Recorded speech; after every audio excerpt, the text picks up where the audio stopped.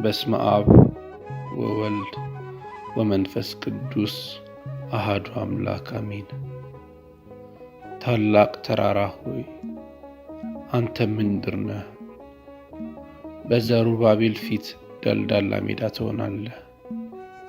ትንቢተ ዘካርያስ ምዕራፍ 4 ቁጥር 7። አምላኬ ሆይ በዘመናት ታማኝ በዓመታት ሕያው ነህ። ይህ ማጽናናት ይድረሰኝ። ስለ ብዙ ፈተና አወራለሁ። ትልቁ ችግር ያለማመን ነውና አምን ዘንድ እርዳኝ። በአንድ ፊደል ጀምሬ ይህን ሁሉ ቃል የምናገር የትላንቱ ሕፃን የዛሬ ተናጋሪ ነኝ። ትንሹ ብዙ እንደሚሆን አስተምረኝ።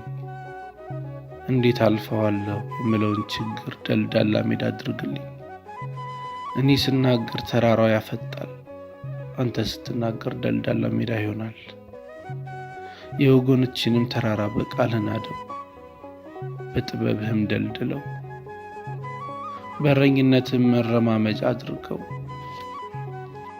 ጌታ እግዚአብሔር ሆይ የሄደውን የምትመልስ ያለውን የምታጸና አንተ ነህ።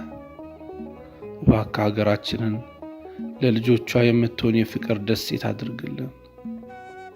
ተሰደን ለተቀበሉን ሁሉ ያንተን ጸጋ በረከት አድላቸው። ይህን ሁሉ በረከት ያገኘነው በስደተኞች ነው እስኪሉ ድረስ ባርካቸው። የሰው ሀገር ቢውሉበት እንጂ አያመሹበትምና ምድራችንን ሰላም አድርገህ ሰብስበን። የተነፋፈቀውን አገናኘው። ምን ይዤ ልመለስ የሚለውን እቅፉን በበረከት ሙላው። አምላኬ ሆይ ሁሉም በመንበርህ እያየ በትዕግስት የምታልፈው እያወቅህ ሰውን የምትወደው እግዚአብሔር ሆይ አመሰግናለሁ። በልቤ ጉልበትም ተንበርክኬ እሰግድልሃለሁ። የኃጢአት መነሻ ክዳት ነበረ፣ መድረሻውም ክዳት ሆኖ ዛሬ ይታያል።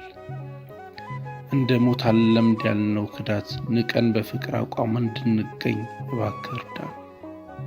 የሚሄደውና የሚመጣው ልባችንን እንዳይሰረቅ ሐሳባችንን በሰማይ አድርግልን። ሁሉ ያልፋል፣ የሰው ፍቅርም እንደ ጠዋት ጤዛ ይረግፋል። ያንተ መውደድ ግን ምሽት የሌለበት ንጋት ሆኖ ይኖራል። ተመስገን ጌታ ሆይ በዚህ ፍቅር ደግፈኝ። እናመሰግናለን፣ እናከብርሃለን፣ ከፍ ከፍ እናደርግሃለን። በአንድ ልጅ በጌታችን በአምላካችን በኢየሱስ ክርስቶስ በእርሱ ያለ ክብር ጸላንተ ይገባል። ከእርሱ ጋር ከመንፈስ ቅዱስም ጋር ትክክል የሚሆን ዛሬም ዘወትርም ለዘላለሙ አሜን።